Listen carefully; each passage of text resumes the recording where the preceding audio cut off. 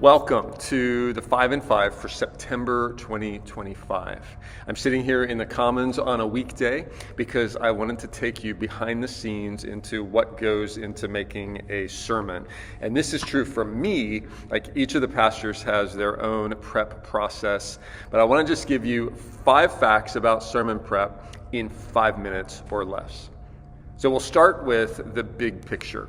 I do a study retreat a few times each year, and in fact, I did one just last week. I have been blessed to get away for several days at a time to pray and to plan the sermon schedule. So I'm excited about our December series, which will follow our study in the Gospel of Mark. And then next year, we will be looking at Abraham and Galatians, among other things, in 2026. Secondly, weekly, I work on the message each day of the week.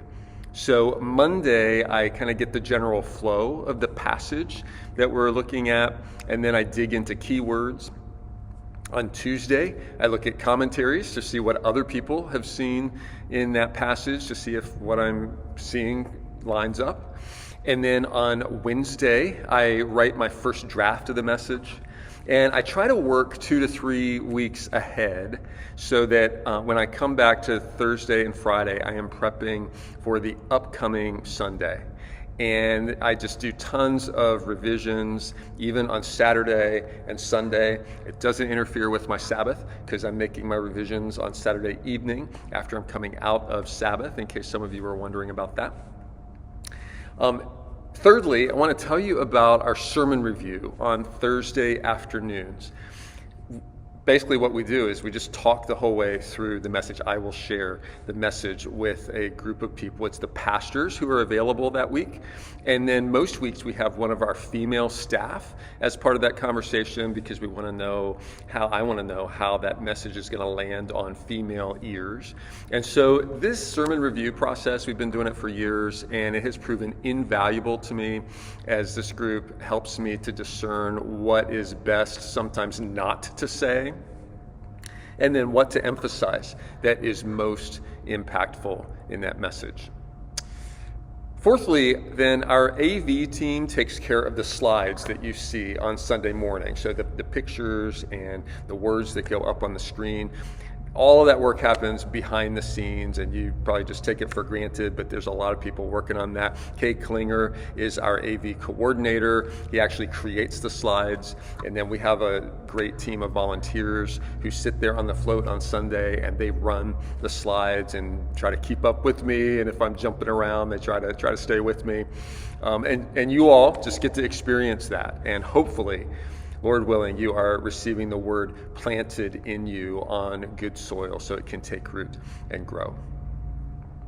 Fifthly, I just want to give you an attendance and a financial update. As always, our August average attendance was 538. And the end of August was actually our highest attendance of 587. That's pretty crazy for summertime. So you can see our budget numbers there. Our monthly budget, 145, 833. Our August income was ahead of budget, so that's fantastic. Our August expense was also ahead of budget, which is not unusual because we usually have extra expenses in July and August related to insurance and HSA contributions. You can see that reflected in the year-to-date numbers. So you can see our year-to-date budget there. Our year-to-date income is short of budget by $32,000. Our year-to-date expense is over budget by $10,000.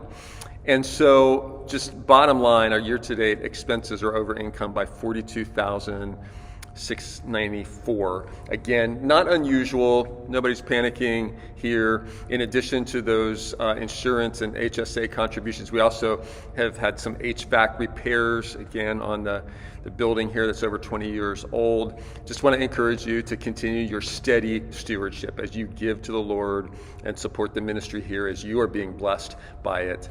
We're trusting the Lord is going to provide for everything that's needed. And then finally, I just want to remind you to keep praying for our Children's Ministry Director search and our Next Gen Coordinator search. Those search processes are going on, and we're trusting the Lord to bring the right person. That's it for now. See you next month.